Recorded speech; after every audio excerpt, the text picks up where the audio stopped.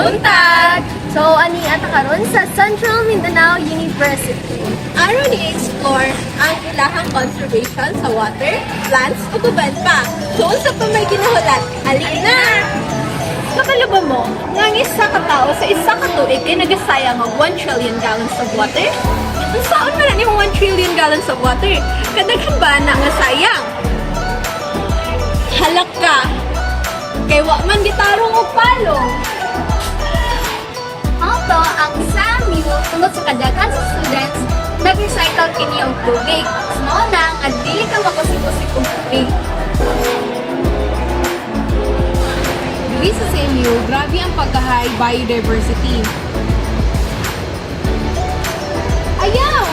Oops! Di pwede! Ang kini nga lugar, kataas ang biodiversity. So, if may plant na ma-damage o mawala, there's a big possibility nga mag-cause kini og biodiversity loss.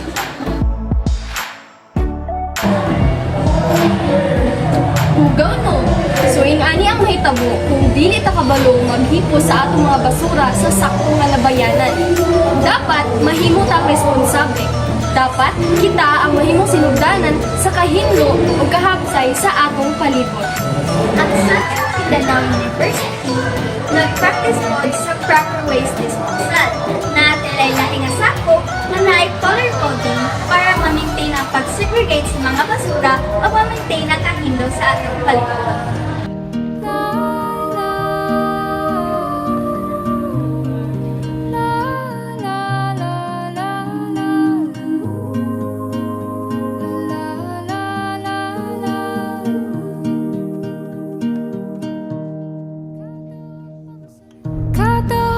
Sa lupa'y para akong inaalon at nalulunod sa batikos ng mundo sa kung ano lamang ang kaya ko.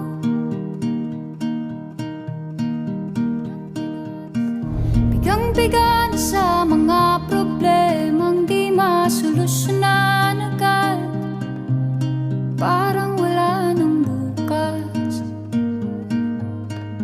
Pwede bang umiwas?